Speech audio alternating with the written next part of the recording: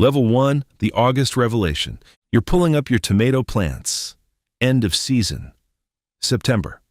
First frost came, killed everything. Time to clean up, prepare beds for next year. You grab the first plant, yank it.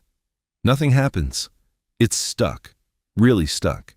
You pull harder, the root system finally releases from the soil with a sound like ripping fabric. You look at the root ball. It's massive, dense, fibrous, 20 pounds of roots from one plant. You've never seen anything like this, never grown roots like this, never had plants this anchored. You pull the second plant. Same variety, same bed, planted same day. This one comes up easy. Too easy. The roots are thin, stringy, shallow, maybe 2 pounds. Basketball-sized root ball versus volleyball-sized from the previous plant. Same everything, except one thing, one ingredient, one application 3 times across the season. The massive rooted plant got yeast water, the weak-rooted plant didn't. That's the only difference. One received 3 applications of activated baker's yeast mixed in water, poured at the base. The other got nothing. Standard care, standard watering, standard results. Weak roots, poor harvest, small tomatoes. The yeast-fed plant produced 47 tomatoes. Total weight, 32 pounds. The control plant produced 19 tomatoes. Total weight, 11 pounds. 3 times more fruit, 3 times more weight. From 3 applications of $1 ingredient. From your pantry, from your kitchen, from baker's yeast. You're stunned. You've been gardening 20 years, 30 years, maybe more. You've bought rooting hormones, $15 per bottle. Synthetic hormones, laboratory made. Supposedly better than nature, than biology, than free. You've spent hundreds over decades on rooting products, transplant solutions, root stimulants, all expensive, all branded, all marketed, as essential, as necessary, as superior, and sitting in your pantry the entire time for $1. A packet of yeast, plain dry baker's yeast, doing the same thing, better, cheaper, more completely, with living hormones, with amino acids, with minerals, with everything the plant needs to build roots, massive roots, triple-sized roots. Level 2, the biology nobody explains. You research it. That night, on your computer, you find studies, peer-reviewed studies, published studies, from real scientists, real universities, real journals, not blogs, not opinions, science. A 2014 paper, published in Crop Science, University of Queensland, Australia. Dr. Charalampos Pongfu Lonan, lead researcher. The paper documented Saccharomyces cerevisiae, that's baker's yeast, scientific name, applied to tomato roots, sugarcane roots. Measured results. After 10 weeks, root biomass significantly higher, nitrogen content substantially elevated, phosphorus content substantially elevated, root-to-shoot ratio increased dramatically. The measurements were clear, undeniable, repeatable, not folklore, not tradition, not grandmother's wisdom, though grandmothers were right, science, documented science, published science, confirming what? Home gardeners have known for generations. A 2023 study, published in Journal Plants, tested yeast strains on corn plants. Results showed 1.5-fold increase in plant height, fresh weight, root length, from yeast inoculation into root zone. Nothing else changed, just yeast added to soil. Plants grew 50% larger, 50% heavier, 50% deeper roots. A 2024 study, Frontiers in Industrial Microbiology, used brewer's yeast on lettuce, on tomato seedlings, measured improvements in germination, in leaf number, in fresh weight, in chlorophyll content. Higher chlorophyll means greener leaves, better photosynthesis, more energy, more growth from yeast, from $1 ingredient. You keep reading. You find the mechanism, the how, the why, the actual biology. Baker's yeast produces three things, three critical things that roots need desperately. First, hormones. Indole 3-acetic acid, abbreviated IAA, master hormone of plant kingdom, signals root cells to divide, to stretch, to push out. New root tips, same hormone class, that synthetic rooting powders. Try to copy in laboratories for $15 per bottle. Yeast makes it, naturally, for free. In your kitchen, yeast also produces cytokinins, second hormone class, signal cells at root tips to multiply faster, where lateral branches form, where new roots spread, where root mass expands. Two hormones, from one fungus, from one packet, from $1. Second, nutrients as yeast multiplies. In sugar water, it releases amino acids, peptides, B vitamins, trace minerals, nitrogen, phosphorus, potassium, magnesium, iron, zinc. Others, predigested forms, ready to absorb immediately. No breakdown needed, no waiting, no processing. Root hairs absorb them. On contact, like IV feeding. For plants. Third, protection. Yeast cells settle into root zone, occupy space, compete with soil-borne fungi, pathogenic fungi, disease fungi. Studies documented lower incidence of damping off of root rot when yeast present in soil. Physical competition plus antimicrobial peptides yeast secretes while growing. Double protection from one application. But there's more. Something stranger. Something scientists didn't believe until they saw it under microscopes in 2010. Level 3, the discovery that changed everything. Dr. Pongfu Lonen's team, University of Queensland, 2010, used confocal laser scanning microscopy, fluorescent imaging that sees inside living root cells in real time. They watched tomato roots meeting yeast cells. For the first time, what they observed was unexpected, unprecedented, revolutionary. The roots weren't just absorbing dissolved nutrients, sipping minerals like straws, like textbooks said, far a century. The roots were eating, actively eating, living yeast cells. The root tip cells engulfed yeast cells, pulled them inside, into space, between cell wall and cell membrane. Once inside, plant cell produced controlled burst of superoxide, mild oxidative pulse that stripped cell wall from yeast, made contents available for absorption, nitrogen, phosphorus, proteins, everything. The yeast built while feeding on sugar in warm water. Then something even stranger. Some yeast cells survived this process. They emerged through root hairs back into soil, rebuilt their walls, gathered new nutrients from surrounding earth, were consumed again.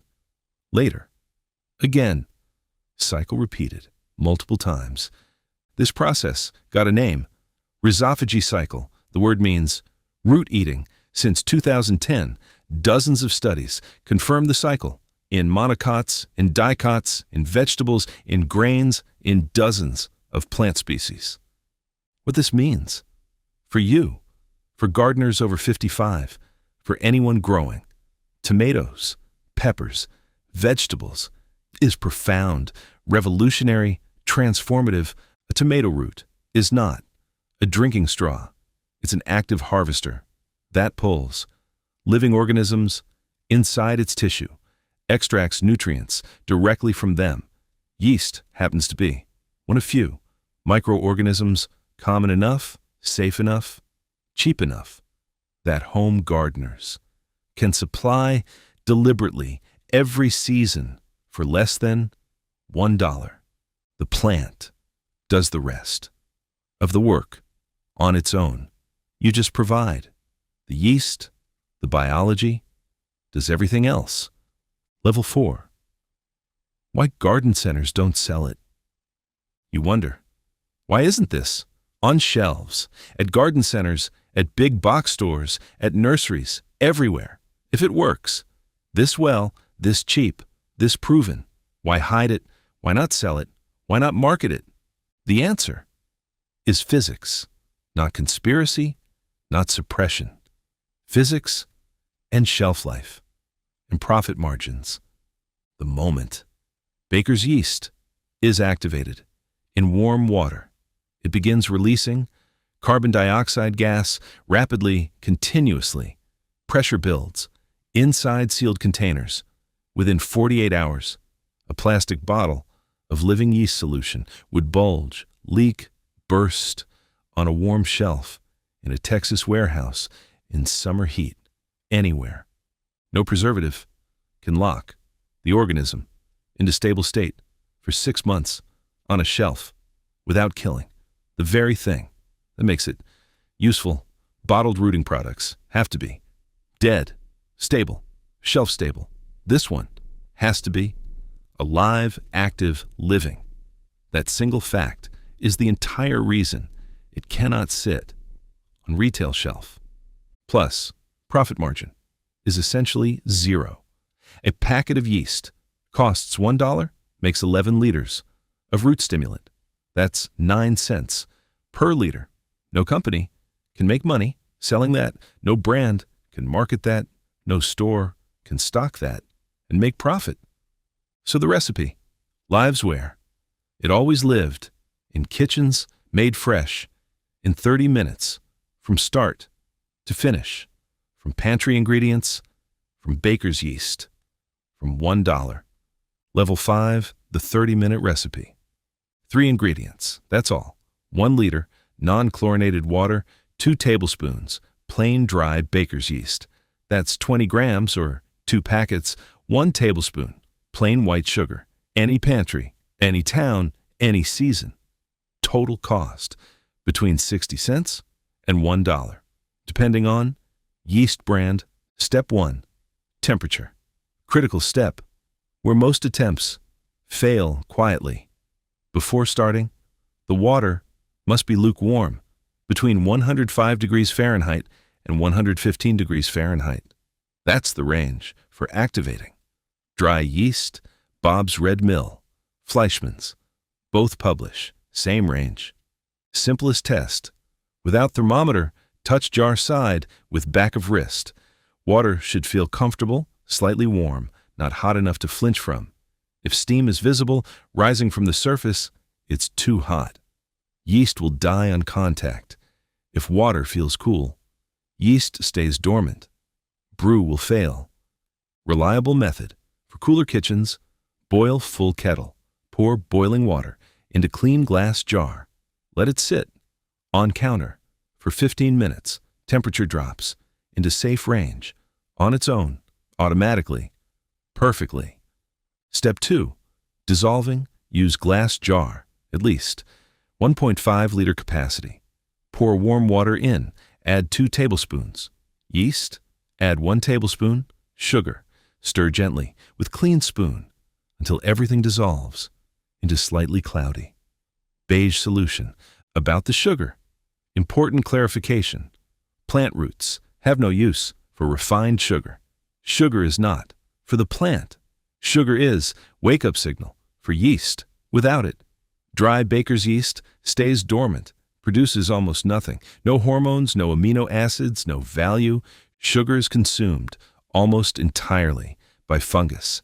During next 30 minutes, by the time brew is applied to garden, sugar is gone, completely consumed by yeast, not plant. Step 3, covering.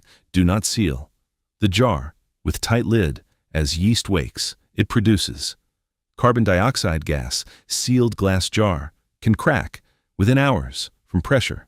Instead, lay clean paper towel across opening. Hold it with rubber band. Gas escapes safely. Dust stays out. Insects stay out.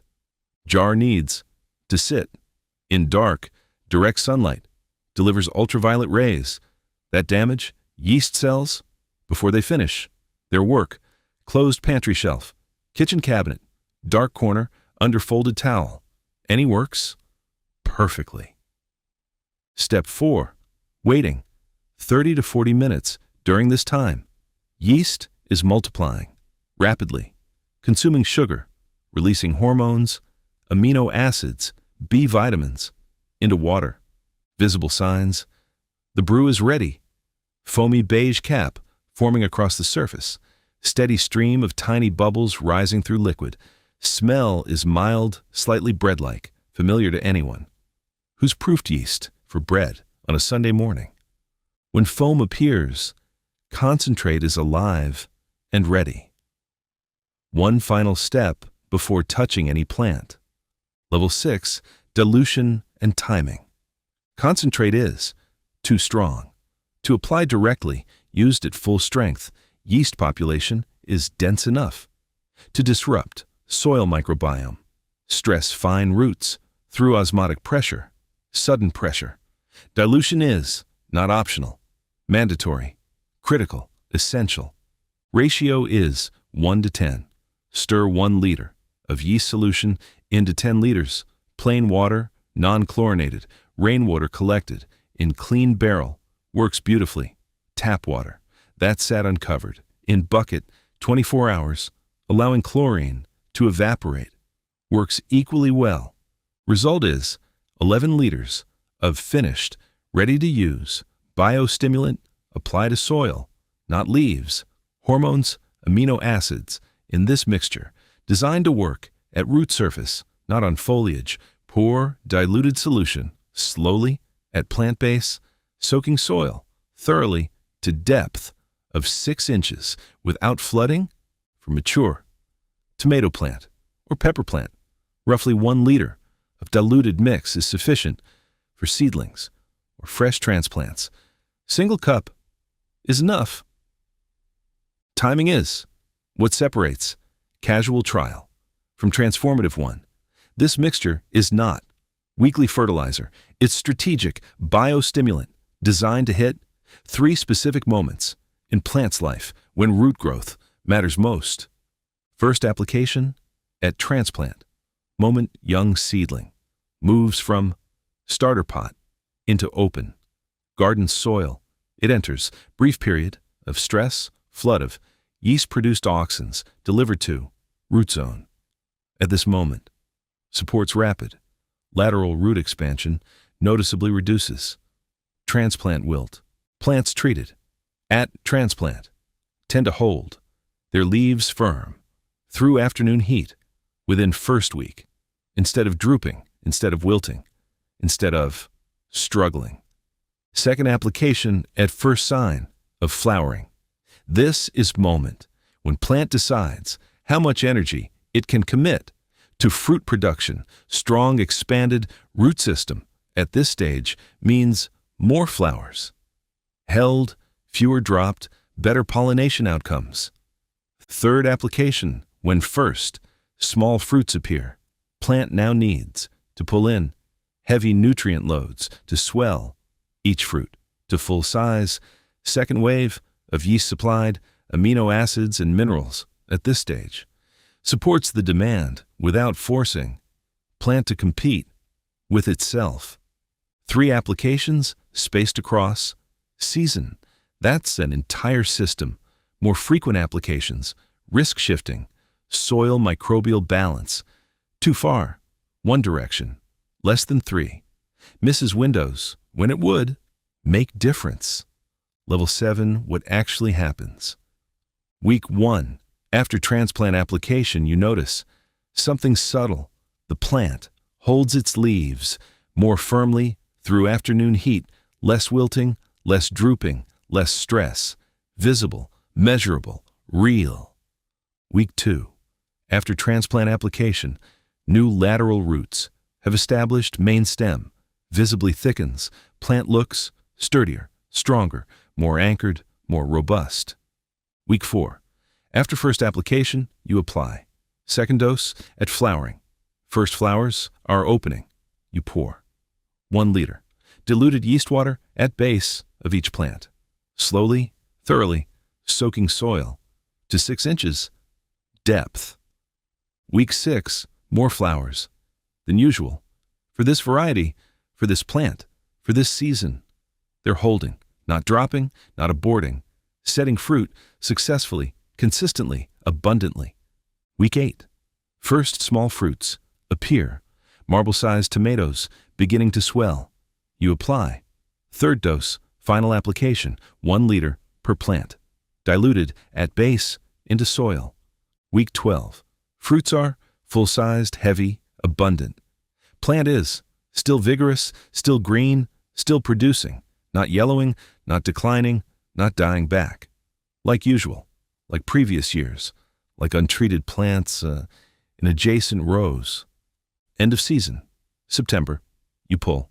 The plant, root ball, is massive, 2 to 3 times, normal size, dense, fibrous, white, healthy, lateral branches everywhere, filling soil, anchoring plant, feeding fruit, all season, all summer, all growth. Compare to untreated plant, same variety. Pulled same day. Root ball is small, thin, stringy, brown, weak, few laterals. Shallow penetration, poor anchoring. That's the difference. That's the result. That's what $1 of yeast produces over 1 season, 3 applications, 30 minutes, total preparation time. Level 8, the mistakes that ruin it. Most common mistake: water temperature. Too hot, hotter than 120 degrees Fahrenheit. Kills yeast before activation. Brew will smell sour, not bread-like, if that happens. Pour it out. Start over with cooler water, fresh yeast. Second mistake: sealed lid, tightly sealed. Carbon dioxide pressure builds quickly. Glass jars can crack. On counter, without warning, use paper towel. Rubber band, always. Gas escapes, safely, easily. Third mistake: old yeast. Pack it more than 2 years, past date. May not activate. Brew will sit, cool and flat, no foam, no bubbles, if nothing happens. Within 40 minutes, yeast is dead. Open fresh packet. Try again. Fourth mistake: storage. Diluted solution. Does not keep. Use within 24 hours of mixing. After that, yeast population crashes, fermentation tips toward alcohol. Result: can stress roots rather than support them. Fifth mistake: application timing during hottest part of day. Pour diluted solution early morning or late evening, when soil temperatures are moderate, root zone, not under heat stress. Sixth mistake: wrong plants, strongest results show up in heavy feeders, tomatoes, peppers, eggplant, cucumber, zucchini, corn. Strawberries respond well, particularly during runner stage. Leafy greens, lettuce, spinach, kale, chard show clear gains during seedling and transplant phase. Root crops, carrots, beets benefit primarily when brew applied during early establishment window, not later. Established perennials, shrubs, fruit trees respond more slowly, but show measurable improvement in new feeder root density when treated. Early spring, level 9, the comparison. You've been buying rooting hormones for years, maybe decades, $15 per bottle. Synthetic indole 3-butyric acid, laboratory-made, powdered, shelf-stable, dead. You thought it was necessary, essential, superior to anything you could make at home. You were wrong, not about it working. It does work. Synthetic hormones do promote root formation. They're not a scam. They're just incomplete and expensive and dead. Baker's yeast produces same hormone. Indole 3 acetic acid, same class, same function, same effect. But living, surrounded by amino acids, B vitamins, trace minerals, cytokinins, protective compounds, everything the plant needs in one solution from one organism, from $1 packet. One packet of yeast makes 11 liters of diluted biostimulant. That's enough for 11 large tomato plants, 3 applications each, entire season. For $1, that's 9 cents per plant per season. One bottle of synthetic rooting hormone, $15. Treats maybe? 20 transplants, if used sparingly. That's 75 cents per plant, per application, times 3 applications. That's $2.25 per plant, per season. $2.25 versus 9 cents, 25 times more expensive for inferior product, dead product, incomplete product. That's what garden centers are selling. That's what you've been buying. That's what this video is about stopping. Level 10, the August revelation returns. You're in your garden, September again, end of season, pulling plants for cleanup. You grab yeast-fed tomato, pull hard. It resists, finally releases with tearing sound. From soil, root ball is enormous, dense, white, fibrous. You smile.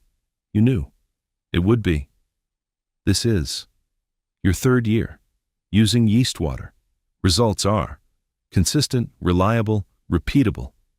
3 years ago, you didn't know about yeast, about roots, about rhizophagy, about any of it. You were buying expensive products, getting mediocre results, wondering why. Your tomatoes never matched your neighbors, never produced like you hoped. Then you discovered the $1 recipe, the pantry ingredient, the hidden biology that garden centers don't sell, can't sell, won't sell, because physics, because shelf life, because profit margins. Now you know. Now you make it. Now you use it 3 times per season, per plant. $1 total investment for massive roots, triple-sized roots, heavy harvests. You share the recipe with neighbors, with friends, with anyone who asks about your garden, about your tomatoes, about your success. You tell them same thing every time. It's not magic. It's not secret. It's not complicated. It's yeast. Baker's yeast from pantry. Mixed right, applied right, timed right. The biology does the rest. The plant does the work. The roots triple in size. The harvest multiplies. The results speak for themselves. Every September, every harvest, every root ball pulled from soil. That's the truth. That's the recipe. That's what garden centers haven't been hiding, just can't sell. Because living things don't sit on shelves for months without exploding, without dying, without failing. But you can make it in 30 minutes from $1 ingredient, from your pantry, from your kitchen, 3 times per season, 3 applications per plant. That's all. That's everything. That's the complete system.